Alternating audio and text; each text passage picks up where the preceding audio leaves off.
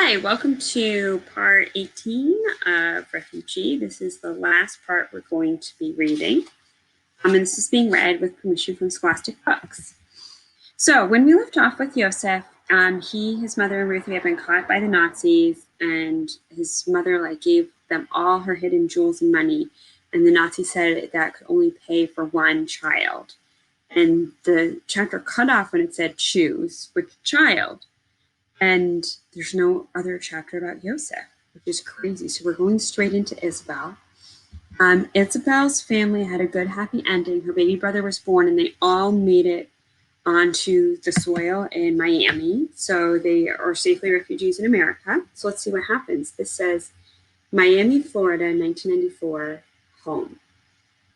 This was the coda to Isabel's song. She stood with trumpet in hand, a gift from Uncle Guillermo, can't say it, Lito's brother.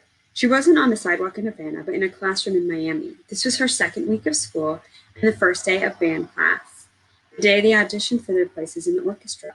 Isabel twiddled her fingers on the trumpet's keys. She couldn't believe she was standing here in this classroom less than a month after stumbling onto Miami Beach with her baby brother in her arms.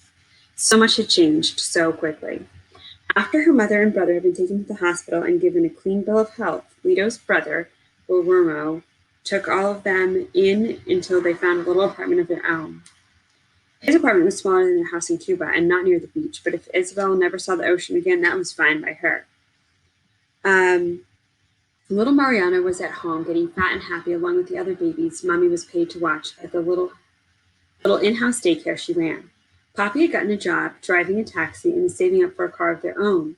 Senora Castillo planned to go back to school to become an American lawyer, and Senor Castillo was already talking to someone about getting a loan to open a restaurant.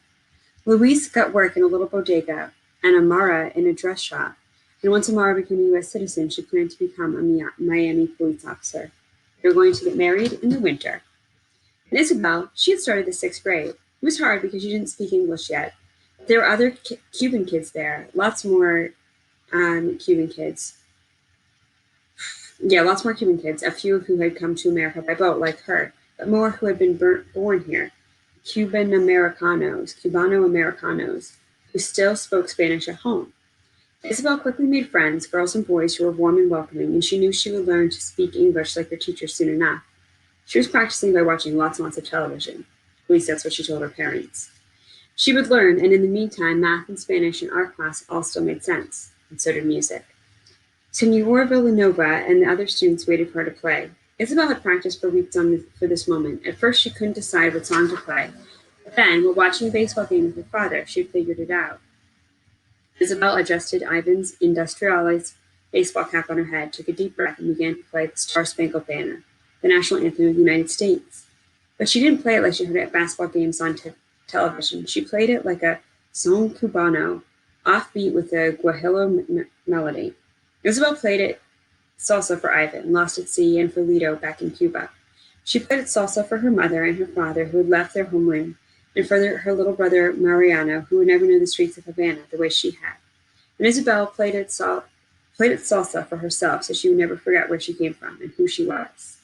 Soon, Isabel had everyone in the room clapping along to the beat with her, but as she played, she heard a different rhythm, a beat underneath where everyone else was clapping to. Her foot tapped in time with a hidden cadence, and she realized with a thrill that she was finally hearing it. She was finally counting clave. Lita was wrong. She didn't have to be in Havana to hear it, to feel it. She had brought Cuba with her to Miami. Isabel finished with a chorus, and Senora Villanova and the other students cheered. She thought she might cry for happiness, but she bit back her tears. She had done enough crying already over Ivan and Lito. The song of her leaving Cuba to find a new home was over. Today, it was time to start a new song. And now we have Mahmoud in Berlin, Germany, 2015, home. So they had finally made it to Austria and then to Germany, and there were all these people helping them and passing stuff out and supporting them, which was so great. A German song Mahmoud had never heard before played on the radio of the van that took him and his family through the streets of Berlin. The capital of Germany was the biggest city he had ever seen, far bigger than Aleppo. It was filled with nightclubs and cafes and shops and monuments and statues and apartments and office buildings. Almost all the signs were in German, but here and there he saw a sign in Arabic advertising a clothing store or a restaurant or a market. Buildings lined the sidewalks like 10-story walls of brick and glass, and cars and bicycles and buses and trams rattled and honked and clanged by in the streets. This strange, frightening, exciting place was to be Mahmoud's new home. The German government had taken in Mahmoud and his family. For the past 4 weeks, the four of them had lived in a school in Munich that had been turned into a simple but clean home for refugees. They had stayed there, free to come and go as they pleased, until a host family agreed to let them share their home while Mahmoud's parents got on their feet. A host family here on this street in the capital of the country. The van pulled up to the curb outside a little green house with white shutters and an A-frame roof. Flowers filled the window boxes like Mahmoud had seen in Austria, and 2 German cars were parked in the driveway. Across the street, in a park, teenagers did tricks on skateboards. Mahmoud's father slid open the side door for them to climb out, and Mahmoud and his mother and brother grabbed the backpacks and filled with clothes, toiletries, and bedrolls the German relief workers had given them. The relief worker who'd driven them led Mahmoud's mother and father and brother up the steps to the front door of the little house, but Mahmoud stood for a moment on the sidewalk, looking around at the neighborhood. Mahmoud knew from his history class back in Syria that Berlin had been all but destroyed at the end of World War II, reduced to a pile of rubble like Aleppo was now. Would it take another 70 years for Syria to return from the ashes the way Germany had? Would he ever see Aleppo again? Cries of joy and welcome came from the porch, and Mahmoud followed his family up the steps. His mother was being hugged by an elderly German woman, and an elderly German man was shaking hands with his father. The German relief worker had to translate everything everyone said to each other. Mahmoud and his family didn't speak German yet, and the family apparently didn't speak any Arabic. The German family had at least managed a sign written in Arabic that said "Welcome Home" on it, even if the expression they'd used was a bit formal. Mahmoud still had appreciation for the effort. It was better than he could do in German. The man shaking hands with his father turned to Mahmoud and Walid, and what Mahmoud saw surprised him. He was a really old man. He had wrinkly white skin and thin white hair that stuck out a bit on the sides, like he tried to comb it, but it wouldn't stay put. When the relief worker had told him they'd be staying with a German family, Mahmoud had imagined a family like his own, not like his grandparents. "My name is Saul Rosenberg," his name is Saul Rosenberg, the relief worker translated. He says, "Welcome to your new home." As Mahmoud shook the old man's hand, he spotted a small, thin, ornate wooden box attached to a frame just outside the door. Mahmoud recognized the symbol on the box. It was the Star of David, the same symbol on the flag of Israel. Mahmoud tried not to show surprise. Not only was this couple old, but they were Jewish. Back in the Middle East, Muhammad knew Jews and Muslims had been fighting each other for decades. This was a strange new world. Herr Rosenberg's wife broke away from Mahmoud's mother and bent down to say hello. She was a wide woman, white-haired like her husband, with big round glasses and a gap-toothed, friendly smile. From the pockets of her frock, she withdrew a little stuffed rabbit made of white corduroy and offered it to Walid. His eyes lit up as he took it from her. Frau Rosenberg made it herself. She's a toy designer, the translator explained. The old woman said something directly to Mahmoud.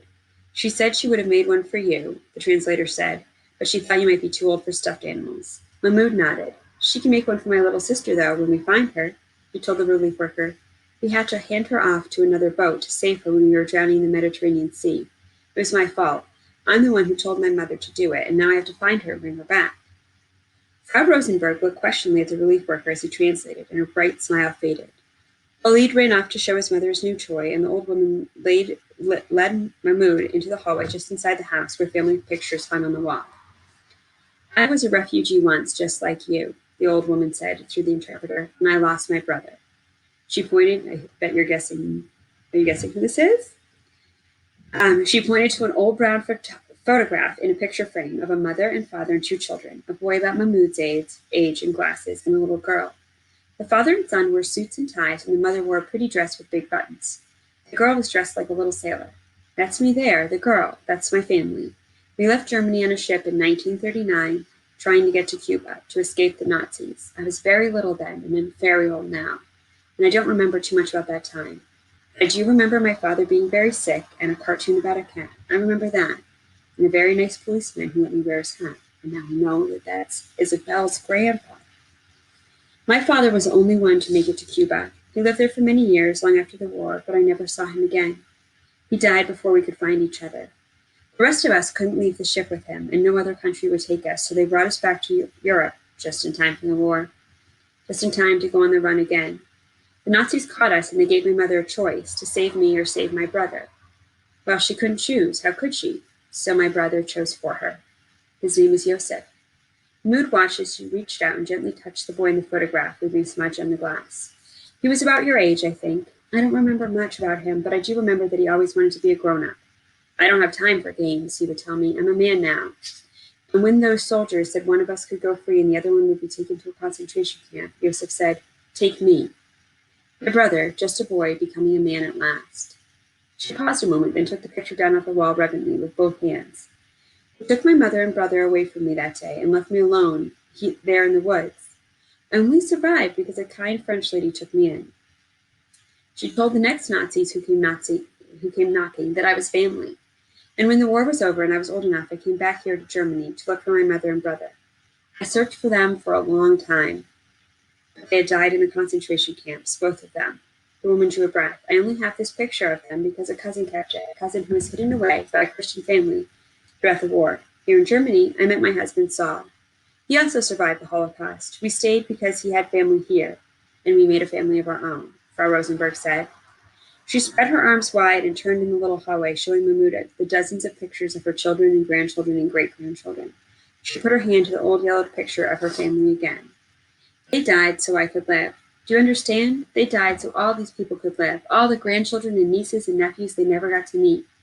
But you'll get to meet them, she said to Mahmoud. You're still alive, and so is your little sister somewhere. I know it. You saved her, and together we'll find her, yes? I promise. We'll find her and we'll bring her home.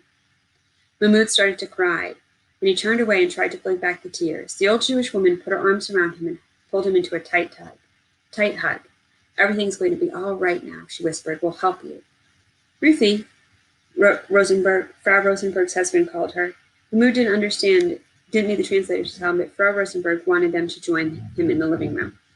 Mahmoud dragged a sleeve across his wet eyes, and Frau Rosenberg tried to hang the picture back on the wall. Her old hands were too shaky, though, and Mahmoud took it from her and hung it back on its nail for her. His gaze lingered on the picture. He was filled with sadness for the boy his age, the boy who had died so Ruthie could live. But Mahmoud was also filled with gratitude. Josef had died so Ruthie could live, and one day welcome Mahmoud and his family into her house. The old woman gave Mahmoud's arm a squeeze, and she led them into the living room. Mom and Dad were there, and Walid and her Rosenberg, and the space was bright and alive and filled with books and pictures of family and the smell of good food. It felt like home. And that's the end. There are maps in the back that show everyone's journey, and there's this author's note, and I want to touch on a couple things in that. The MS St. Louis, which was the ship that Josef sailed on, was real, and all of that happened. Like, they tried to go to Cuba, and Cuba wouldn't let them in, and the United States wouldn't let them in, and then they brought everyone back to Europe. The captain of that ship is remembered for his kindness and his efforts to find refuge for them. There were many Nazi workers on the ship, like Otto Schneideck, who was real, and other people there. Like, the character of Josef's father is based on a couple real people, kind of mixing them together. And then, so when they brought all the Jews back, there were 620 Jewish people who returned to continental Europe.